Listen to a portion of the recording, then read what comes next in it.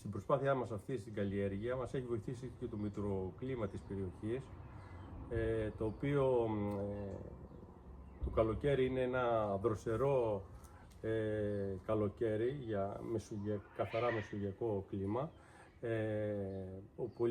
χωρίς πολύ ψηλές θερμοκρασίες, και ο χειμώνας είναι ένας ήπιος χειμώνας. Ούτως ή άλλως τα Cymbidium χρειάζονται και χειμώνα κρύο, ήπιο προς κρύο, επομένως το έχουμε επιτύχει. Επομένως το μικροκλίμα που δημιουργεί η περιοχή βοηθάει πάρα πολύ στην καλλιέργεια του Cymbidium. Ωραία.